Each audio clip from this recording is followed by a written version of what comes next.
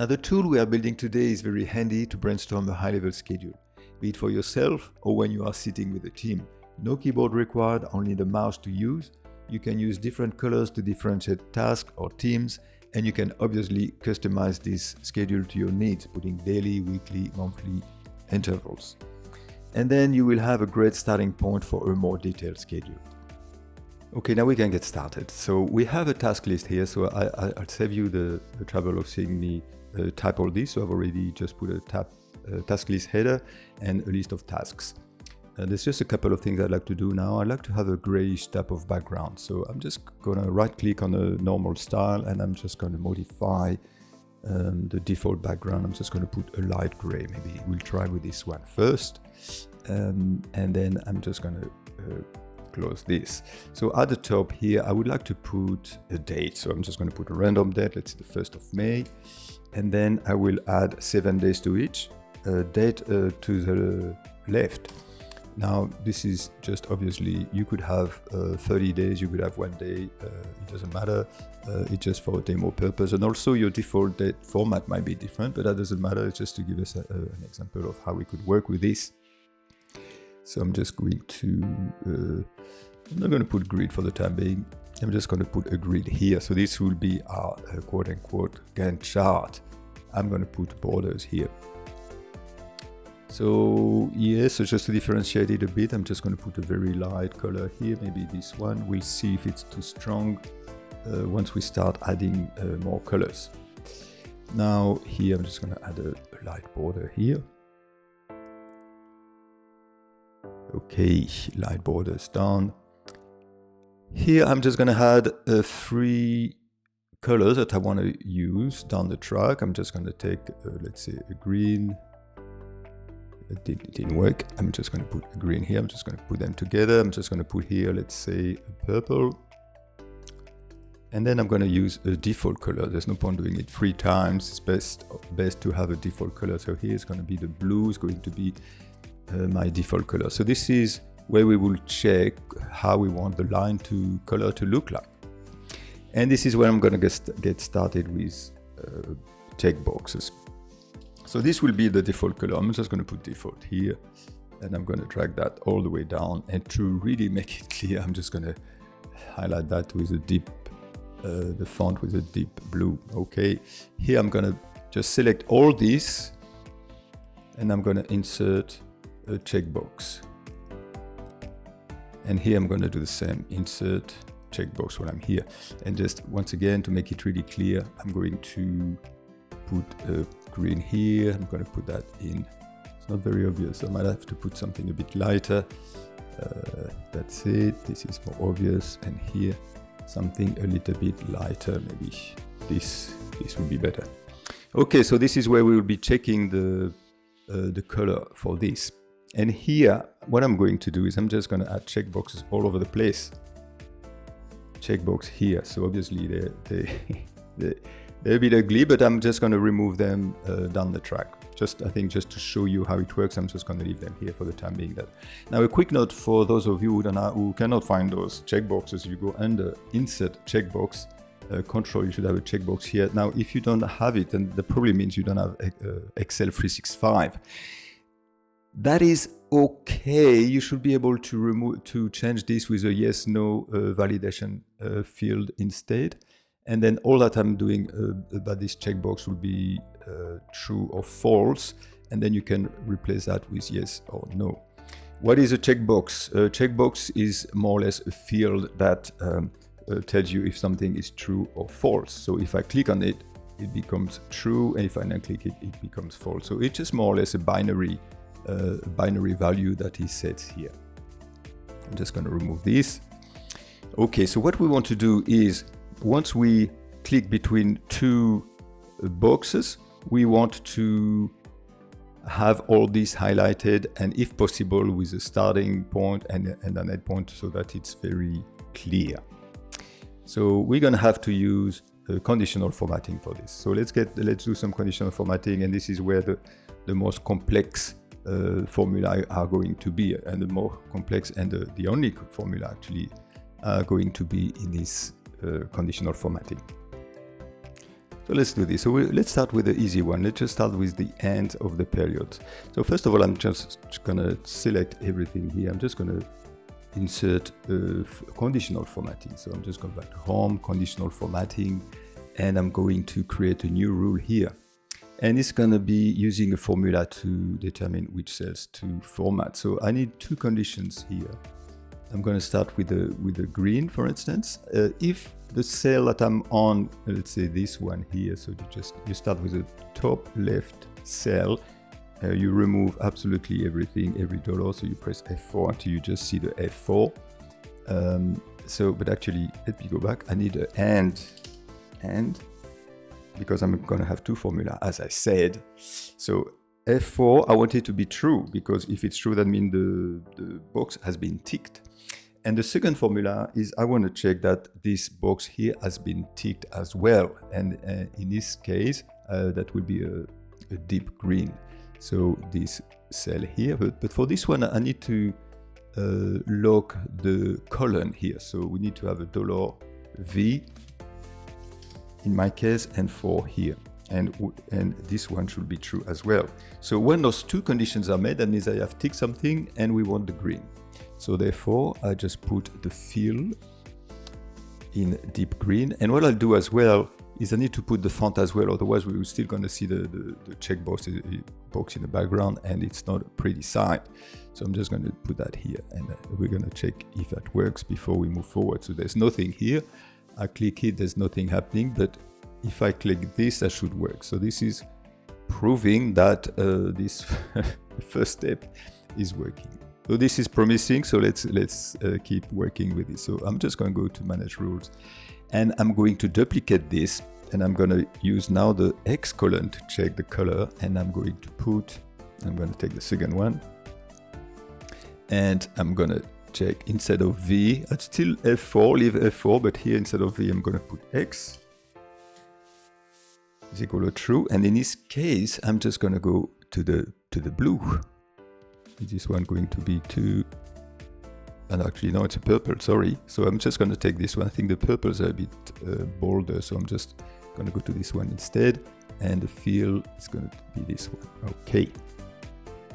So now I need a third one. I need one for the blue. And I'm duplicating it, and I'm putting it towards the end, because this is the order which will be checking the colors. We start with this one. In case you tick the 2, it will only take the green, which is what we want.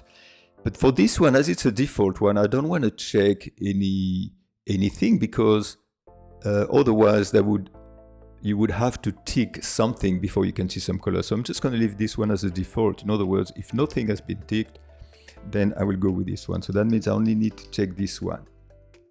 I only need to check if there's a tick here.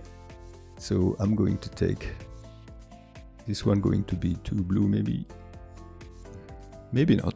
Let's just try with this. And the format, let's not forget the font. Yes, the font. Okay. So let's apply all this happily, and let's see how it works. Now, if I click here, nothing should happen, because we take it in this order.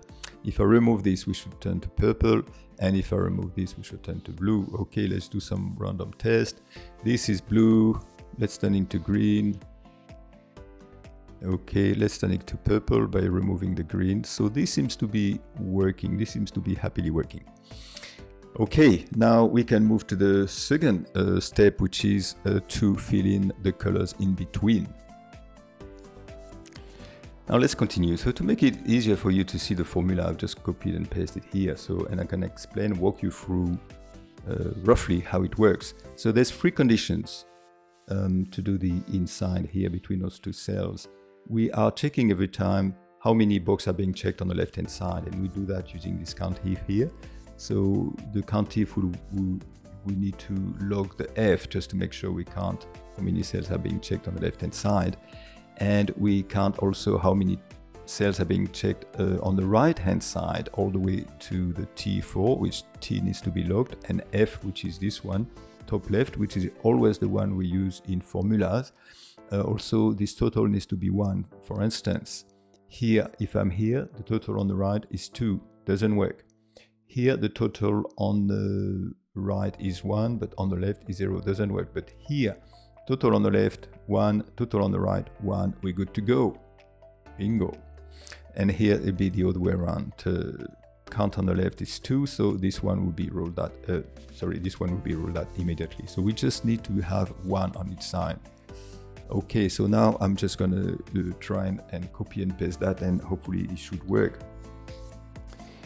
Now let's select those cells and let's go into conditional formatting and let's see if it all works.